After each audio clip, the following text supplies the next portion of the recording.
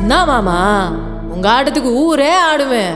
அதுக்கு ஒரு அடியை போட்டு விடுவோம் அப்படின்ற ம் ம்